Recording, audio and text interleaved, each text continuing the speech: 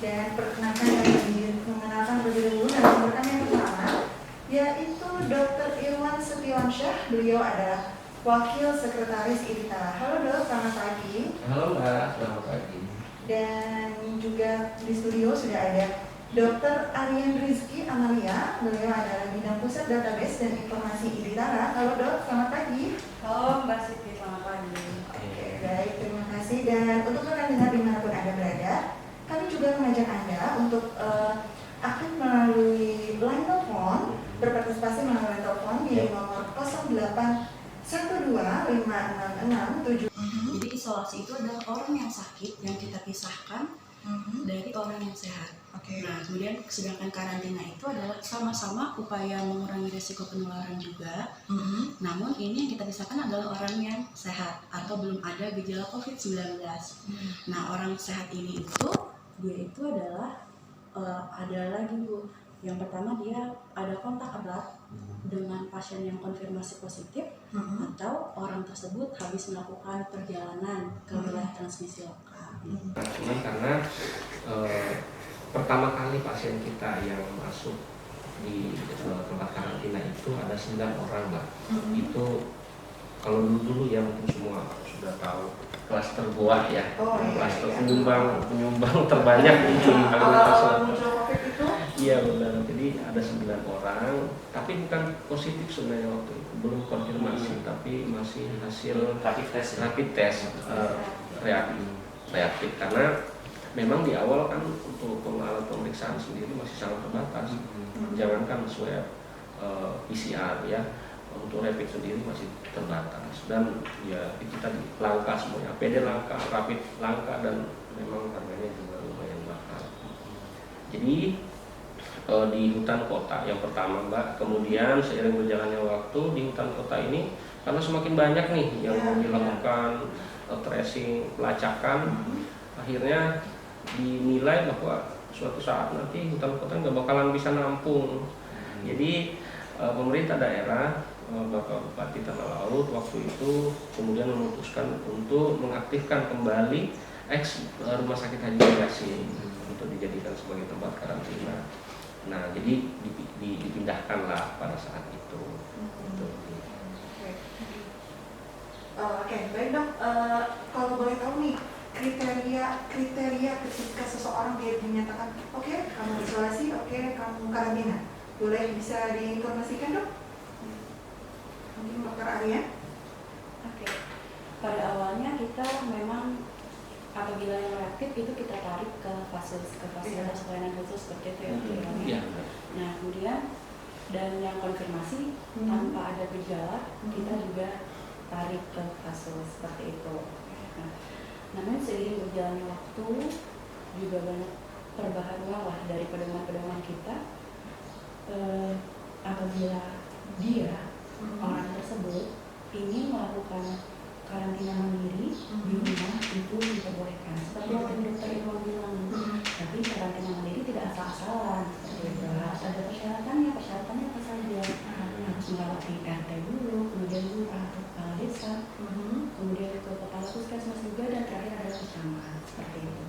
Nah, kemudian apabila sudah ada begitu dokter sudah lengkap semuanya, nanti dari pihak Pasyansus di sini ada perwakilan dinas kesehatan juga, beliau akan konfirmasi ke yang bersangkutan, artinya kecamatan atau desa, betul Pak orang tersebut ingin melakukan karantina mandiri seperti itu. Nah, jadi kita itu hitam di atas putihnya harus ada. Kemudian dari puskesmas juga sangat berperan menurut saya, karena puskesmas juga kita meninjau langsung ke tempat orang yang diisolasi tersebut. Kita lihat rumahnya apakah sesuai dengan atau tidak seperti itu. Seandainya tidak memenuhi persyaratan tersebut bagaimana Dok? Iya, jadi saya ada pernah kasus di Batakan, saya kan dokter Batakan ya, puskesmas Batakan ya. Terus waktu awal-awal isolasi mandiri itu atau karantina mandiri, jadi kita bukan ke pemerintah di sana itu menyiapkan seperti sekolah yang bekas tapi sudah tidak dihuni, jadi orang tersebut ditempatkan di situ, tapi tetap kita pantau setiap hari. Kalau untuk makan minum terjamin. Iya. Oke. Bagaimana mengetahui nih Dok, menentukan ketika seseorang masa karantina Anda berakhir, apa masa isolasi Anda berakhir. Dan kapan harus berkegiatan, Dok? Iya, jadi seperti kita tetap mengacu kepada pedoman dari Kementerian Kesehatan. Jadi kalau berbicara pedoman ini sebenarnya yang lama dipakai itu ada namanya pedoman revisi 4 ya.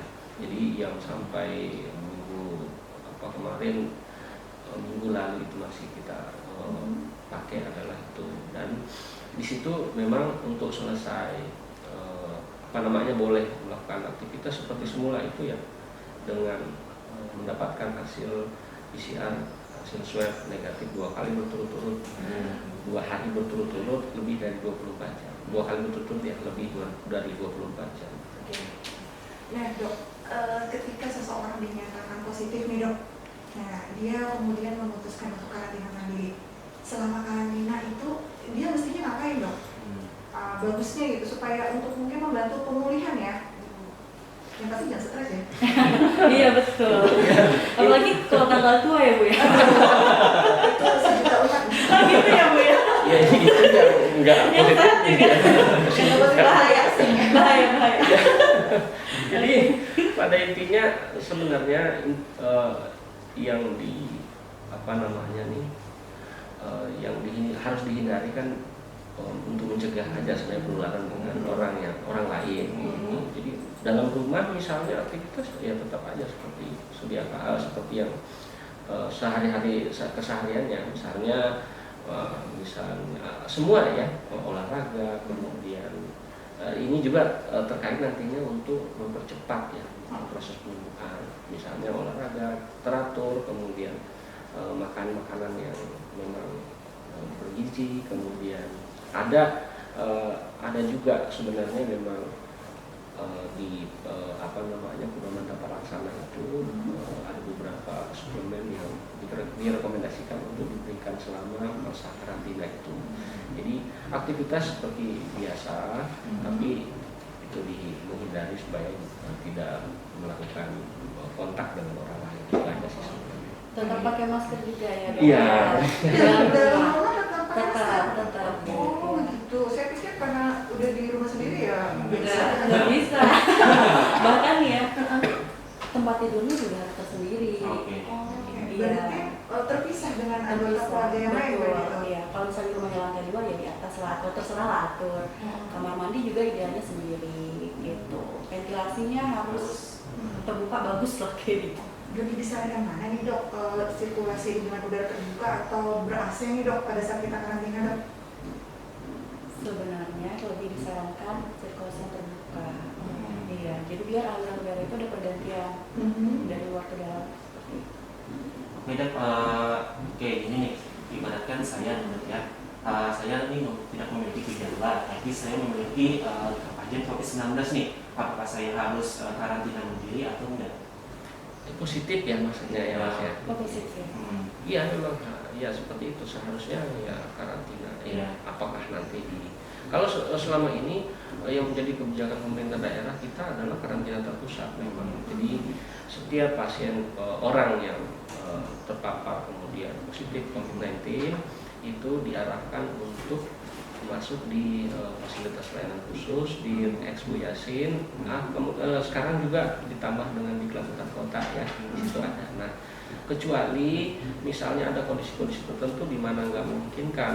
Ya ada beberapa contoh kasus juga kita yang memang orang positif itu tidak memungkinkan untuk karantina di fasilitas yang tempat karantina terpusat tadi. Contohnya ada di beberapa tempat ada yang positif tapi yang bersangkutan ini tunanetra yang nggak bisa melihat, jadi nanti kalau di dalam kan nggak mungkin bisa di ini ya. Nah kemudian ada juga yang kayak bayi yang baru lahir misalnya atau baru umur beberapa bulan gitu, ya nggak mungkin juga karena memang dia tetap harus tetap dekat dengan ibunya ya. Jadi ada hal-hal tertentu yang diperbolehkan aja untuk karantina di rumah juga dengan misalnya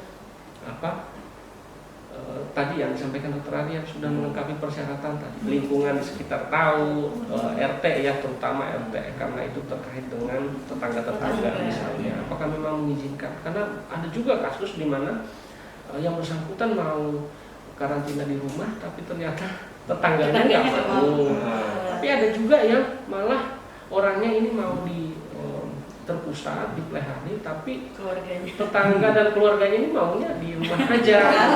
Ya. Jadi ya itulah dinamika karantina ini, Mbak. Oke. Dok, kalau boleh tahu nih dok, untuk di pasien itu sendiri nih dok, ada program khusus nggak dok buat mereka-mereka yang saat ini mendapatkan perawatan di sana dok? Contoh bisa ada setelan pagi bersama kah, seperti itu dok, biar lebih atau berjemur, atau ada yang kayak kemarin kan ada karaokean kita sempat lihat iya videonya ya. Untuk meningkatkan imun, nggak adanya karaokean, artisnya dari Batu Amban. Oh gitu, ada artisnya. Iya, jadi di fasilitas layanan khusus, bahkan waktu di awal-awal itu memang ada kegiatan, waktu itu kan bulan puasa ya, bahkan ada kita bikin kegiatan ya siraman rohani gitu setiap sebelum berbuka puasa itu ada tokoh agama yang nantinya akan memberikan yaitu semacam siraman rohani lah. Ada kemudian mungkin ada ya yang kemarin itu ada yang sampai karaokean itu sebenarnya inisiatif dari pasien saja. Nah kita sebenarnya waktu itu bukan tidak terlalu menyarankan ya seperti itu, karena apa? Pada saat itu pasien yang ada di pasien sus itu kan masih ada yang reaktif aja, ada yang sudah konfirmasi. Nah kalau misalnya kumpul dalam satu tempat jumlah banyak, itu kan resiko penularan. Yang reaktif ini kan belum tentu positif ya. Tapi tetap disarankan untuk olahraga sendiri misalnya, kemudian berjemur tetap disarankan. Ya gitu Mbak. Oke, untuk berjemur sendiri dok, itu sebenarnya yang ideal yang berapa sih? Karena banyak simpang siur tuh dok. Ada yang bilang jam 7 pagi, ada yang bilang jam 9 pagi, ada yang bilang jam 11 siang. Jadi bingung dok. Belum lagi ada salah satu teman saya nih dok, cerita sedikit nih. Beliau salah satu teman di ruangannya konfirmasi positif, lalu akhirnya memutuskan untuk melakukan karantina mandiri. Tapi ketika karantina mandiri, yang namanya karantina dok, akhirnya cuma makan mie instan aja. Kasihan, Jadi isinya sebenarnya apa yang harus dilakukan dok sebenarnya pada saat karantina mandiri dok? Dan mungkin itu tadi dok, berjemur tadi dok, idealnya jam berapa? Belanja. Iya. Jadi kalau misalnya karantina mandiri itu Mbak ya, sebaiknya itu harus yang paling baik adalah adanya partisipasi dari tetangga atau keluarga kita yang memberikan entah itu makanan, cemilan ataupun minuman agar orang tersebut tetap di dalam rumah, tidak keluar gitu. Kemudian kegiatan-kegiatan apa saja, salah satunya betul berjemur. Jadi itu antara jam 9 sampai jam 10 pagi seperti itu. Durasinya sudah kepanasan, sudah jangan Kalau berjemurnya mau pakai sunscreen, boleh dok? bapak sih takutnya hitam kan. Boleh sekitar 15 menit boleh. Nah kemudian kegiatan tadi adalah sama, kita kan intinya kalau bisa satu orang saja di dalam kamar atau di dalam ruangan tersebut. Kegiatannya ada olahraga kah, terserah sesuai dengan usia, tapi olahraga. Jangan kalau misalnya usia lebih dari 60 tahun treadmill setengah jam, wah. Atau mau zumba? Oh iya, bahaya kasihan. Tidak ada pembatasan aktivitas fisik sebenarnya, kecuali memang orang tersebut sudah lanjut usia. Kalau asupan makannya jangan mie instan dong, gimana? Kita makan apa kita aja di fasilitas layanan khusus, di khusus itu dok ada makan sehari 3 kali ya dok ya. Nah makanannya juga sesuai lah, kita ada karbohidrat, protein, itu ya yang sempurna. Kalau bisa karbo mulu. Iya makanya nanti aku lebar. Keluar karantina, gimana naik? Iya betul. Nah kemudian di fasilitas layanan khusus juga ada dapat vitamin, kemudian juga tersedia obat-obatan ya dok ya. Iya Ya, jadi insya Allah tidak seperti yang orang-orang bilang lah, seperti di penjara, tidak. Itu hoax dong. Iya, betul. Ya baik dokter, kita kembali lagi di Halo Dokter hari ini, dan pertanyaan saya nih, apa aja nih vitamin yang disarankan untuk kita di masa pandemi saat ini dalam menghalau virus corona ini? Ya, vitamin ya. Kita kan pas waktu awal-awal tuh masih ya dari iklan-iklan mungkin banyak tahu juga orang-orang ya bahwa vitamin yang wajib itu yang harus dikonsumsi adalah vitamin C. Sampai vitamin C ini kosong di mana-mana. Bahkan yang minum itu juga kosong ya. Langka juga Langka ya, itu. seperti masker. Bener-bener banget, kayak latahan gitu. Oke, padahal vitamin itu tidak hanya vitamin C saja sebenarnya. Apa itu? Ada vitamin C. Vitamin C memang kita perlu. Dosisnya juga sudah ada diterapkan kalau ada yang baca. Kemudian ada zinc, kemudian vitamin D juga seperti itu. Dan semua vitamin lain juga. Nah, tapi jangan khawatir di sini sobat dengar, karena apabila kita kehabisan vitamin C tadi, kita itu tidak hanya dapat dari obat yang bentuknya tablet atau pil atau minuman seperti itu. Itu bisa kita dapatkan juga dari buah-buahan sebenarnya. Apa tuh dok? Nah, buah-buahannya sebenarnya tuh ada di lingkungan kita. Mungkin kalau yang tanam lah. Yang pertama itu ada buah jambu merah. Oh, jambu Tahu merah. artian jambu merah? Tahu Kan ya, banyak jambu banget merah nih itu. dokter di kampung saya. Oh gitu. Di mana kampungnya tuh? Di dekat Gunung Kaya. Oh, samperin. Buat minta jambu ya. Dan kemudian jambu merah. Habis itu ada juga jeruk. Jeruk udah pada tahu ya. Tapi yang paling tinggi adalah teman-teman jambu merah. Kemudian kiwi, ya kan bisa kiwi jambu merah kita lah. Import Kiwi, alhamdulillah. bulan Tuhan. Siap. Kemudian tadi ada pepaya juga seperti itu. Oh, banyak bagus juga ya. Bisa. Buah-buahan lokal ternyata banyak tinggi juga dok ya kandungan vitamin C-nya dok ya. Ini juga. Oke dok, kan saat ini pemerintah mengadakan PCR di tanah laut nih. Terkait PCR itu bisa dijelaskan dari dokter Ella? Iya. Jadi alat PCR ya. Jadi dari beberapa minggu itu sudah dipersiapkan. Minggu kemarin itu sudah dilakukan visitasi dari BBTKLPP dari Banjarbaru, laboratorium yang di Banjarbaru, dengan dari Dinas Kesehatan Provinsi. Nah, itu sudah melakukan visitasi. Kemudian hasilnya dari segi ruangan, kemudian peralatannya sebenarnya semuanya sudah bagus ya, sudah memenuhi standar.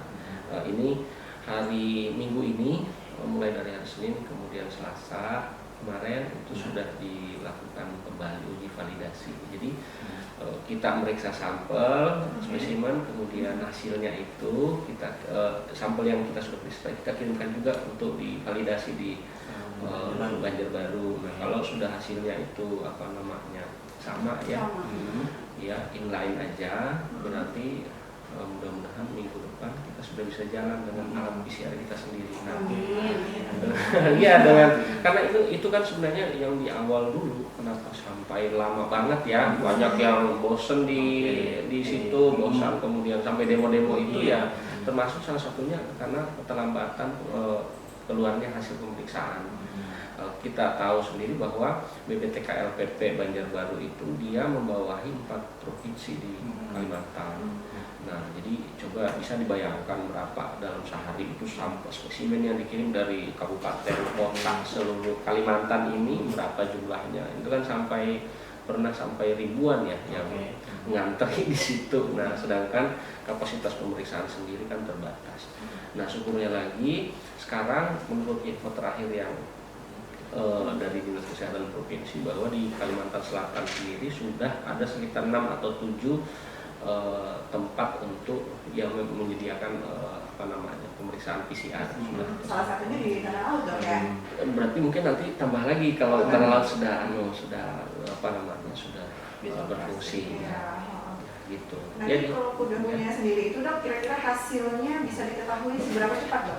hitungan jam bisa. Hitungan jam bisa. Ya paling lambat sehari 2 hari lah. Jadi kalau sudah negatif kan misalnya ya bisa sebulan gitu. ya kan, ini kan selama ini memang yang bikin lama itu yang nunggu hasilnya ini ya. Ntar nambah lama kalau yang Tapi ini di Fasianto sekarang pasien yang di karantina di tempat kita ini memang sudah semakin berkurang. Ya, kalau nggak salah kemarin terakhir itu sisa 42 ya yang pasien sosial. itu karena sudah sembuh dok ya?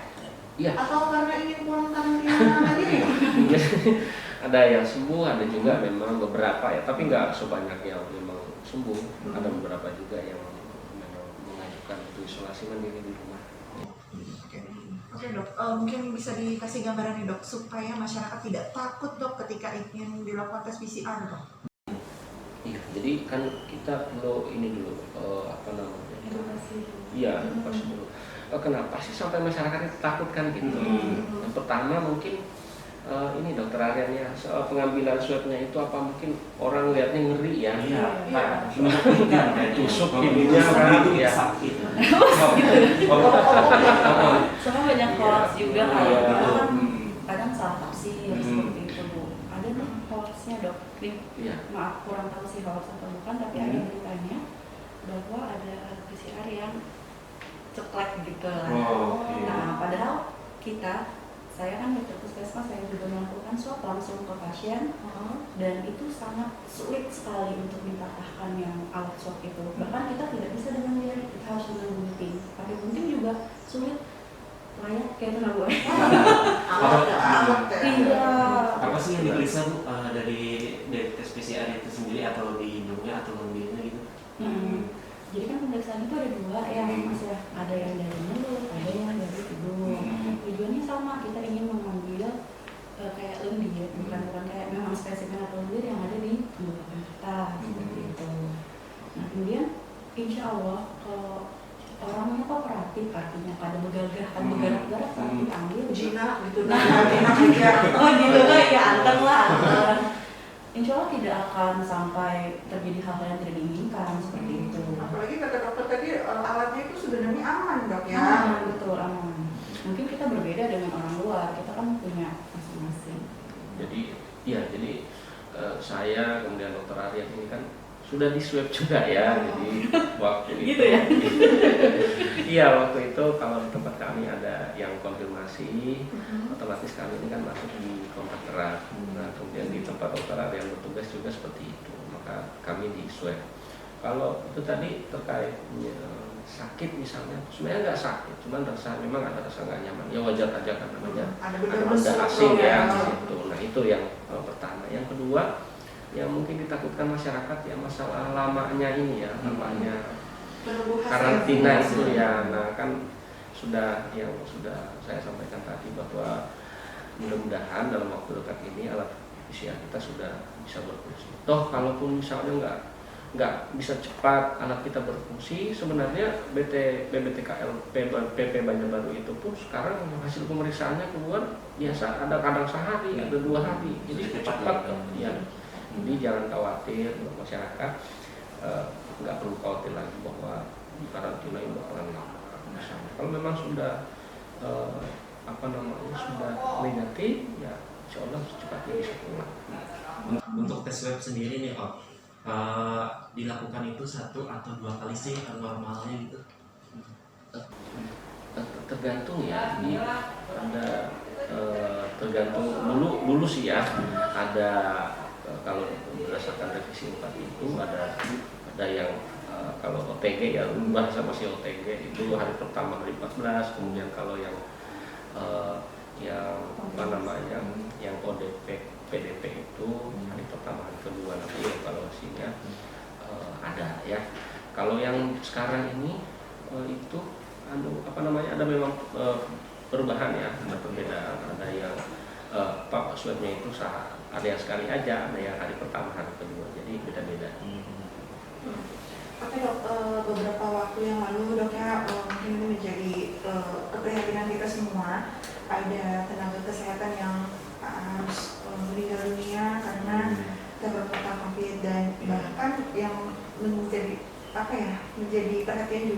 sangat disayangkan karena ada berita-berita yang kurang sedap gitu menyertainya dok. Mungkin bisa dikonfirmasi dok? Iya, jadi terkait almarhum kawan kita di fasilitas khusus ya, di fasilitas kesehatan khusus, ya itulah kadang kita sedih sendiri gitu Bang, melihat misalnya masih ada yang menganggap COVID ini misalnya, masih ada yang menganggap bahwa itu rekayasa misalnya, konspirasi. ya, karena ya itu tadi saya kebetulan dengan beliau koordinator perawat, ya. Kemudian saya waktu itu saya jadi koordinator medisnya di situ. Hampir setiap hari, bisa dikatakan hampir setiap hari kita komunikasi, kontak. Kemudian yang setahu saya beliau itu orang yang paling sehat lah di antara kami ya. Pola hidup sehat, kemudian nggak ada komorbid. Setahu saya nggak ada komorbid, nggak ada penyakit pemberat ya. Itu cuman dalam beberapa hari ya, sampai beliau sesak, kemudian masuk rumah sakit, Ibu Yasin, kemudian dilakukan rujukan ke rumah sakit itu cepat banget. Jadi ya itulah mungkin salah satu yang menjadi pesan kita buat masyarakat, bahwa corona ini, COVID ini memang benar-benar nyata gitu. Ya, jadi benar-benar nyata. Gitu. Berkonspirasi. Saya jadi speechless. Oke, baik dok. Dan para pendengar semua, menarik sekali bahasan kita hari ini. Namun sayang sekali waktu juga yang akhirnya memisahkan kita. Dan mungkin dok, singkat saja statement terakhir untuk rekan dengar dok. Himbauannya gitu. Oke. Himbauannya adalah bahwa COVID ini ditularkan dari manusia ke manusia. Apabila kita tidak menaati atau mematuhi protokol kesehatan COVID-19, akan sangat lama ini akan berakhir seperti itu. Jadi tolong bersama dari masyarakat patuhi aturan COVID. Harus di antara lain adalah penggunaan masker. Jadi saat keluar rumah itu wajib pakai masker. Kemudian mencuci tangan pakai sabun dengan air yang mengalir. Apabila tidak ada, dengan hand sanitizer boleh. Kemudian yang ketiga adalah apabila kita habis bekerja atau keluar rumah, segera ganti baju dan mandi. Makan makanan sehat itu sudah pasti ya, karena kita sekarang menghadapi adaptasi baru. Oke, Dr. Iwan ada yang ingin disampaikan? Ya, jadi pesannya ya buat Bapak Ibu masyarakat tanah laut, bahwa COVID ini sesuatu yang memang tidak perlu kita ketakutan yang berlebihan, tapi juga jangan terlalu santai. Sekarang banyak fasilitas umum yang sudah terbuka, fasilitas tempat wisata sudah terbuka. Nah itu kalau kita tidak mengikuti protokol atau anjuran pemerintah, maka itu akan menjadi sumber penularan yang baru ya. Jadi terkait dengan aturan yang dikeluarkan oleh pemerintah, dalam hal ini khususnya pemerintah daerah, tolong masyarakat tanah laut lebih memperhatikan dan mengikuti.